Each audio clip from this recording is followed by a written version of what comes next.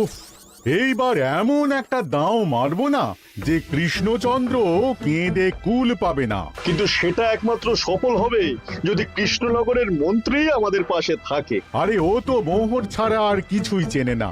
ওকে খবর দিয়েছি এক্ষুনি এলো বলে। রাজামশাই, কৃষ্ণনগরের মন্ত্রী এসেছেন। ওকে ভেতরে পাঠিয়ে দাও। প্রণাম খাম্বাজরাজ। এ কি রানীমা, আপনি? আমি তোমাদের কৃষ্ণনগরের রানীমা নই, আমার নাম ললনা। আমি হরেক রকমের গলায় কথা বলতে পারি। এটা আমার আসল গলা। ওরে বাবা রে বাবা রে বাবা, আপনি তো প্রতিভার জলজ্যান্ত রূপ। একে আপনি কোথা থেকে পেলেন খাম্বাজরাজ? বেশ কিছুদিন আগে একটা যাত্রা দেখতে গিয়ে ললনার সাথে পরিচয় হয়। ওর ব্যাপারে সবকিছু জানার পরে আমার মাথায় একটা বুদ্ধি খেলে যায়। তাই আপনি আমাকে ডেকে পাঠিয়েছেন, তাই তো? একদম তাই। আমার একটা পরিকল্পনা আছে। ছলে বলে কৌশলে ওই কৃষ্ণনগরের আসল রানীকে কিছুদিনের জন্য বাইরে পাঠাতে হবে, আর সেই সুযোগে সেসব দায়িত্ব আমার ওপরে ছেড়ে দিন। আমি নিজের দায়িত্ব নিয়ে ললনাকে কৃষ্ণনগরের রানীর সমস্ত আদব কায়দা শিখিয়ে দিয়েছি। এখন শুধু আমি বাকি ব্যাপার নিয়ন্ত্রণ করব। এখন মহারাজ বাৎসরিক হিসেব নিয়ে ব্যস্ত, তাই রানীমা চলে যাবেন আর তার বদলে ঢুকবে ললনা দেবী। তাহলে আর দেরি কেন? আজ রাতেই বেরিয়ে পড়ো। আর যদি আমার পরিকল্পনা অনুযায়ী এগোতে পারো, তাহলে কিছুদিন পরে তুমি হয়ে উঠবে কৃষ্ণনগরের রাজা। আমার কত দিনের আশা। চলুন তাহলে। হ্যাঁ চলুন, রাজবাড়ির বাকি ব্যাপার যেতে যেতে বুঝিয়ে দেব। রানীমা কিভাবে কথা বলেন, কাকে কি বলে ডাকেন, রাজবাড়ির কোথায় কি আছে সব।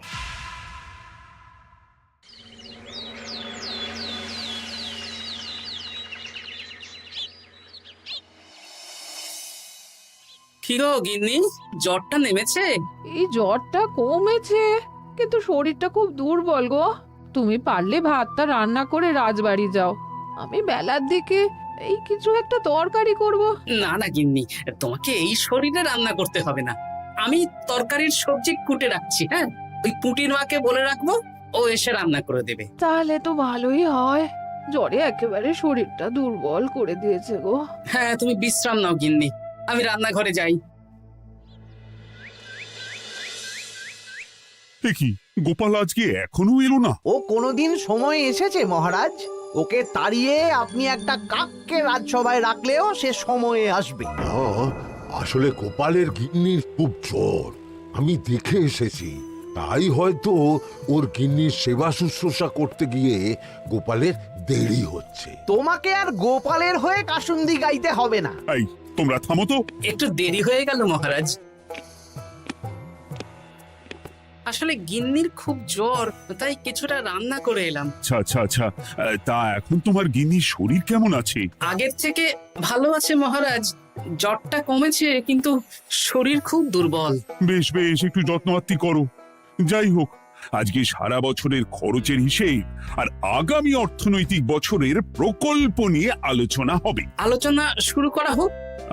বিগত অর্থনৈতিক বছরে বিভিন্ন খাতে মোট খরচ হয়েছে 15,700 মোহর, আর বিভিন্ন কর বাবদ উপার্জন হয়েছে 22,000 মোহর। তাহলে তো মহারাজ ভালোই লাভ হয়েছে। এবার আমাদের দিকে একটু নয়ন মেলে তাকালেই হয়। সেসব তো দেখবই, কিন্তু তার আগে আমি মন্ত্রীর সাথে বিগত বছরের সব খরচ নিয়ে হিসেবে বসবো। হ্যাঁ, বেশিরভাগ দায়িত্ব তো মন্ত্রীমশাইয়ের কাঁধেই থাকে, তাই উনি কোনো হিসেবে জল দিয়েছেন কিনা সেটাও পরখ করে নেওয়া যাবে। এত কাজের চাপ যাচ্ছে কদিন, শান্তিতে ঘুমোতেও পারছি না। মন্ত্রী, তুমি আজ বিকেলে রাজবাড়িতে চলে এসো।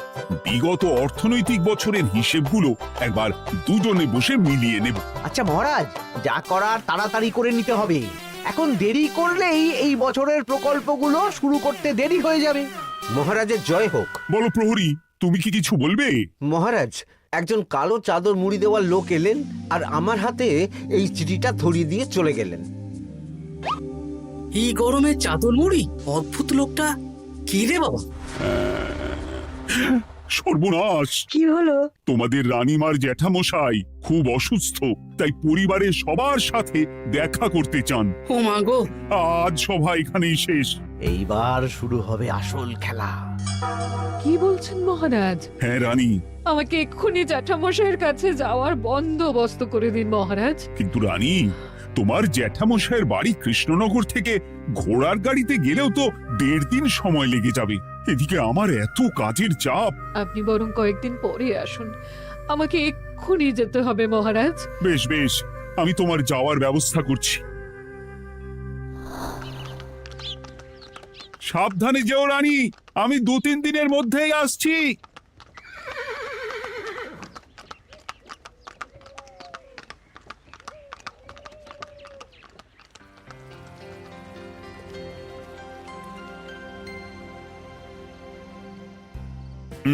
মন্ত্রী, বিগত অর্থনৈতিক বছরে আমাদের পাঠশালার উন্নতির জন্য কত খরচ করা হয়েছিল একটু দেখো তো।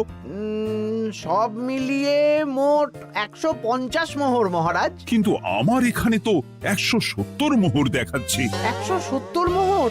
তা কি করে হয়? একই রানীমা, আপনি ঘোড়ার গাড়ি করে গেলেন আর হেঁটে চলে এলেন? সে আমার ব্যক্তিগত ব্যাপার, তুমি তোমার কাজ করো।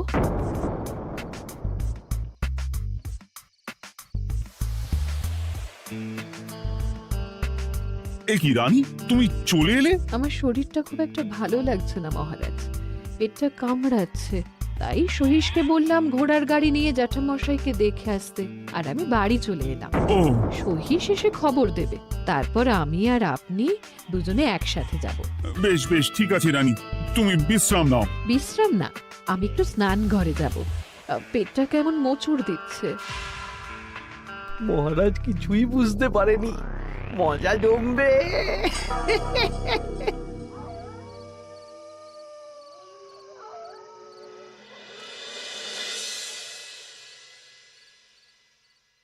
এ কি রানী, তুমি তোমার সব গয়না গাটি বের করছো কেন? আমার আর এই পুরনো নকশার গয়না পছন্দ নয় মহারাজ।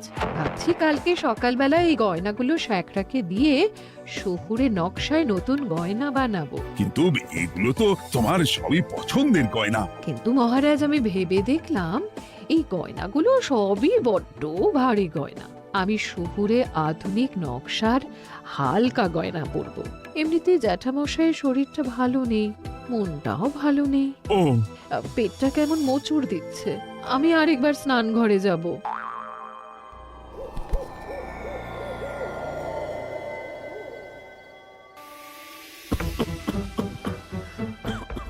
ওই তো মন্ত্রী মশাই এসেছে।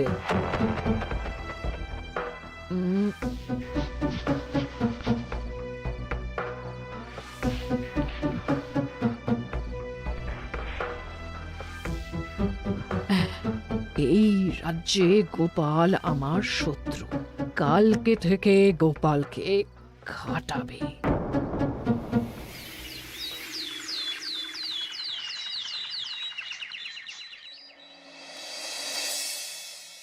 হায় হায় হায়, কি হলো রানী, কি হলো? গতকাল রাতে আমার সমস্ত গয়না চুরি হয়ে গেছে। হ্যাঁ? বলো কি প্রহরী? বলুন মহারাজ। গতকাল রাতে রানীর সব গয়না চুরি হয়ে গেছে। তুমি আরেকজনকে নিয়ে এক্ষুনি খোঁজ করা শুরু করো। যথাজ্ঞা মহারাজ।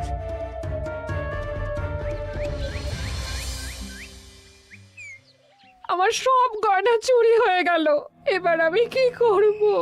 রানী তুমি কেঁদো না, সেই সকাল থেকে কেঁদেই চলেছ। আমি তো প্রহরীকে খোঁজ করতে পাঠিয়েছি। এই সব প্রহরী কর্মচারী কাউকে বিশ্বাস হয় না আমার। আজ থেকে সবাইকে ছুটি দিয়ে দেব। কি বলছো তুমি? সবাইকে ছুটি দিয়ে দিলে রাজবাড়ির কাজ কে করবে? কেন? আমাদের সবচেয়ে বিশ্বাসযোগ্য সভাসদ গোপাল আজ থেকে রাজবাড়ির সব কাজ গোপাল করবে। কি বলছো? আপনি কি বলতে চাইছেন? গোপাল বিশ্বাসযোগ্য না? হ্যাঁ, গোপাল আমার সবচেয়ে প্রিয়। ওর চেয়ে বিশ্বাসযোগ্য আর কেউ নেই। কিন্তু কোনো কিন্তু না, বলবেন আপনার আদেশ। এক্ষুনি গোপালকে ডেকে পাঠান। যেমন তোমার ইচ্ছে। গোপাল, গতকাল রাতে রানীর সব গয়না চুরি হয়ে গেছে, তাও আবার ঘরের ভেতর থেকে। আমি চাই তোমার মতো বিশ্বাসযোগ্য লোকই রাজবাড়ির সমস্ত কাজ করুক। মানেটা ঠিক বুঝতে পারলাম না রানীমা। মানে আমি রাজবাড়ির বেশিরভাগ কর্মচারীকে ছুটি দিয়ে দিচ্ছি, তার বদলে রাজবাড়ির কাজ করবে তুমি। কিন্তু কোনো কিন্তু না, রাজসভার ভাড়ামো অনেক হয়েছে। এবার থেকে তোমার কাজ বাসন মাজা, ঘর মোছা, কাপড় কাচা, পুরো রাজবাড়ি ঝাঁট দিয়ে পরিষ্কার করা। এই সেরেছে। যাও, রান্নাঘর থেকে বাসন নিয়ে পুকুর পাড়ে গিয়ে বাসন মাজবে। এ কি গোপাল, রাজসভা থেকে সোজা পুকুর পাড়ে? কি হয়েছে নাকি? খুব হাসি পাচ্ছে না? হাসি তো পাবেই, নতুন রানীমা আসার পরে তোমার এই হাল করে ছেড়ে দিল। নতুন রানীমা? না, আসলে ঘটা বলতে চাইছে রানীমা তোমাকে নতুন চাকরি দিয়ে এই হাল করলো। ও যা হয়েছে ভালো হয়েছে, আমার পেছনে না লেগে নিজের কাজ করুন যান। কোথায় কি বলতে হয় জানিস না নাকি? অভ্যেস নেই তো, তাই মুখ ফসকে বেরিয়ে গেছে।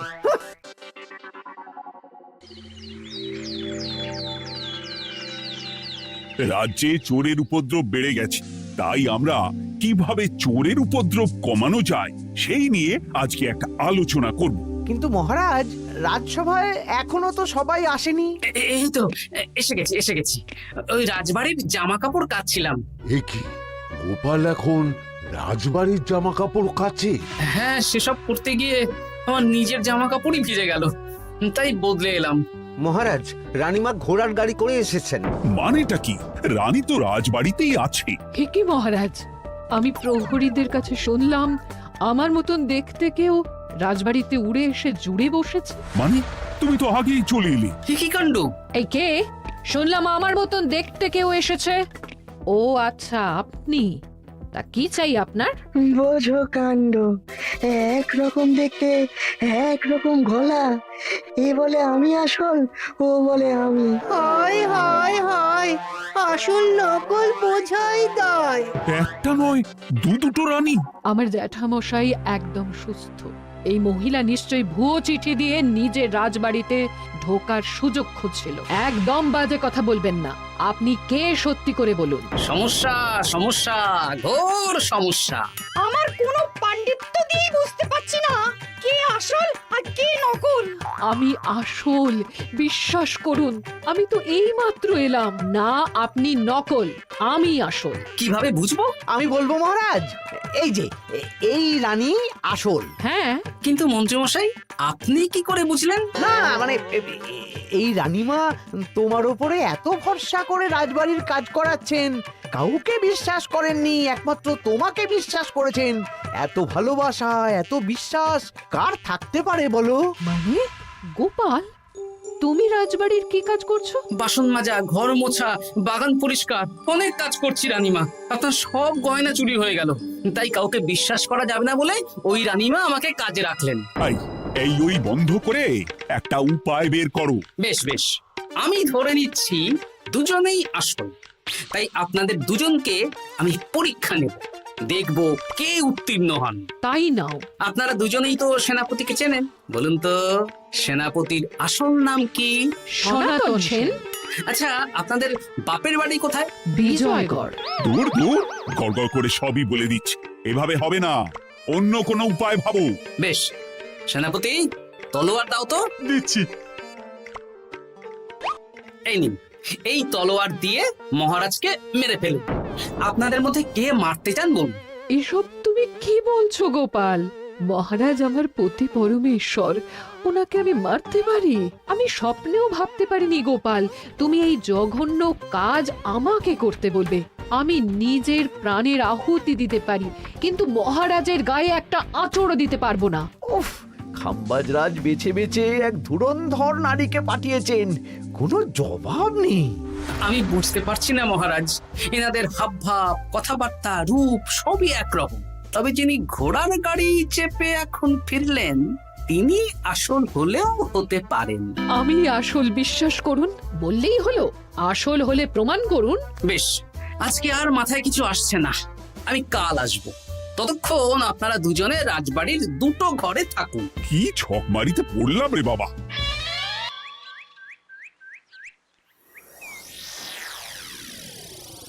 ললনা একদম তৈরি হয়ে এসেছে। দারুণ মজা হচ্ছে বলুন। এবার শুধু একবার আসল রানীকে সরিয়ে ললনা যদি রানী হয়ে যায়, তাহলে রানীর গয়নার মতন সব আমার হাতে চলে আসবে। তারপর কি হবে? তারপর ধীরে ধীরে মহারাজকেও কায়দা করে সরিয়ে দেব, আর খাম্বাজ রাজ আর আমি এই দুজনে মিলে এই রাজ্য চালাবো। কি বুদ্ধি আপনার মাথায়।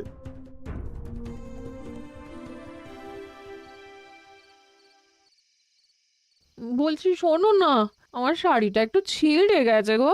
তুমি বাজার থেকে কালকে আমার জন্য একটা শাড়ি নিয়ে আসতে পারবে? হ্যাঁ? আচ্ছা বেশ, নিয়ে আসবো শাড়ি। শাড়ি শাড়ি শাড়ি, এই তো মাথায় বুদ্ধি এসেছে। কাল নয়, আজকেই। গোপাল, তুমি কিছু ভাবতে পারলে? মহারাজ, আপনার দুই রানীকে ডাকুন। আমার তো একটাই রানী। ওই হলো মহারাজ, আসল নকল দুজনকেই ডাকুন। কই গো, একটু বাইরে এসো। বলুন মহারাজ, আপনি ডাকছেন? আচ্ছা, আমি দুটো শাড়ি নিয়ে এসেছি, লাল শাড়ি আর নীল শাড়ি।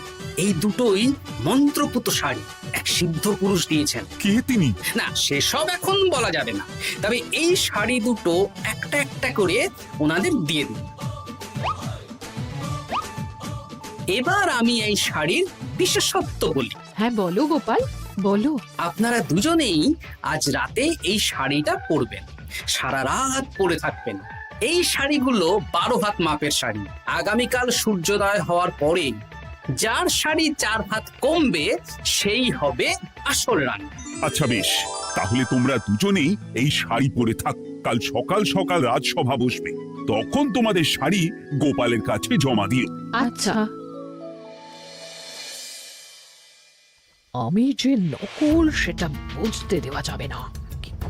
কি করে এই শাড়িটা 4 হাত কেটে ফেলে ওই দু ফল কাটার ছড়ি কেটে ফেলো।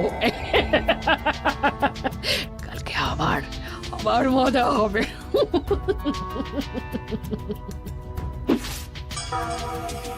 হে ঠাকুর, রক্ষা করো ঠাকুর, আমার শাড়িটা যেন 4 হাত কমে যায়। ঠাকুর রক্ষা করো।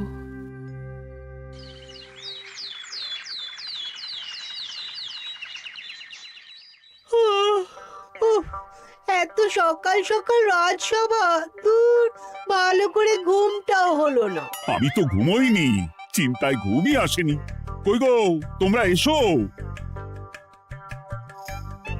এই নিন আমার শাড়ি, এবার মেপে দেখুন, এটা 4 হাত কমে গেছে। এই দেখুন মহারাজ, বিশ্বাস করুন আমি আসল, কিন্তু এই শাড়িটা সারা রাত পরে থাকা সত্ত্বেও 4 হাত তো দূর, 4 আঙুলও কমেনি। লাল শাড়িটাই ছোট মনে হচ্ছে। তাহলে তুমি আসল? উফ বাবা, বাঁচা গেল। আয়, কে আছো? এই নকল রানীকে কারাগারে বন্দি করো। দাঁড়ান মহারাজ, বন্দি করতে হলে যার শাড়ি 4 হাত কমে গেছে তাকে বন্দি করুন। কেন? আমার শাড়ি তো 4 হাত কমে গেছে। শর্ত অনুযায়ী যে আসল তার শাড়ি তো 4 হাত কমবে না, আপনি ধরা পড়ে গেছেন নতুন রানীমা। এগুলো কোনো মন্ত্রপুত শাড়ি নয়, এগুলো আমার পরিকল্পনার প্যাচ। আপনি নিশ্চয়ই নিজেকে আসল প্রমাণ করার জন্য শাড়িটা কেটেছেন। না মানে, না না না, তাহলে কমলো কি করে? না মানে হয়ে গেল। সত্যি গোপাল, তোমার বুদ্ধির জবাব নেই। গোপাল, তুমি আমাকে বাঁচালে। এই যে নতুন রানীমা, চুপ করে কেন? ওকে আমি কারাগারে গিয়ে বেত মারছি, তাহলেই সব বলবে। বল, কে তুই বল। আসলে মানে আমার নাম ললনা, আমি যাত্রাপালা করি, অনেক রকম গলায় কথা বলতে পারি। কদিন আগে খাম্বাজ রাজ আর এই মন্ত্রী মশাই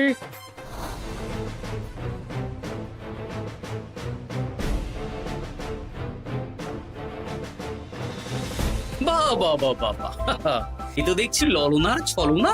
তার মানে রানীমার গয়না? ওগুলো তো সব মন্ত্রীকে দিয়েছি, জানলা দিয়ে কাপড়ে পেঁচিয়ে নামিয়ে দিয়েছি। মন্ত্রী, তোমাকে আমি শুলে চড়াবো। ভুল হয়ে গেছে মহারাজ, আমাকে ক্ষমা করুন। প্রাণে মারবেন না, সব গয়না ফেরত দিয়ে দেবো মহারাজ। তুমি শত্রু রাজ্যের প্ররোচনায় এত বড় ক্ষতি করতে চেয়েছিলে? ক্ষমা করুন মহারাজ, ক্ষমা করুন। সেনাপতি, মন্ত্রীকে 1000 বার বেত্রাঘাত করো। আর এই ললনার কি হবে? আমি অনেক দিন ধরে বাড়িতে একটা কাজ করার লোক খুঁজছি, ওনাকে পাঠিয়ে দিন। আমার গিন্নি শুয়ে বসে থাকবে আর উনি খাটবেন। নয়, হ্যাঁ, ললনার ছলনা ভেস্তে গেল।